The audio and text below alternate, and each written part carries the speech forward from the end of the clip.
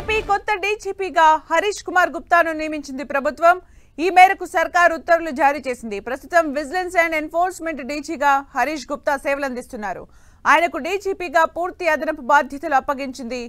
Harish Kumar Gupta 1992 batch IPS అధికారిగా ఉన్నారు. ఈ నెల 31న ప్రస్తుత డీజీపీ ద్వారకా తిరుమలరావు పదవి విరమణ చేయనున్నారు.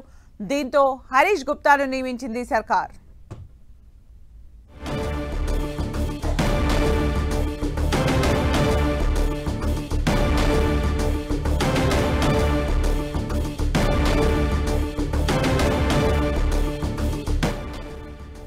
ఏపీ కొత్త డీజీపీగా హరీష్ కుమార్ గుప్తాను నియమించింది ప్రభుత్వం.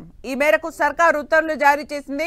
ప్రస్తుతం విజిలెన్స్ అండ్ ఎన్ఫోర్స్మెంట్ డీజీగా హరీష్ గుప్తా సేవలందిస్తున్నారు. ఆయనకు డీజీపీగా పూర్తి అదనపు బాధ్యతలు అప్పగించింది.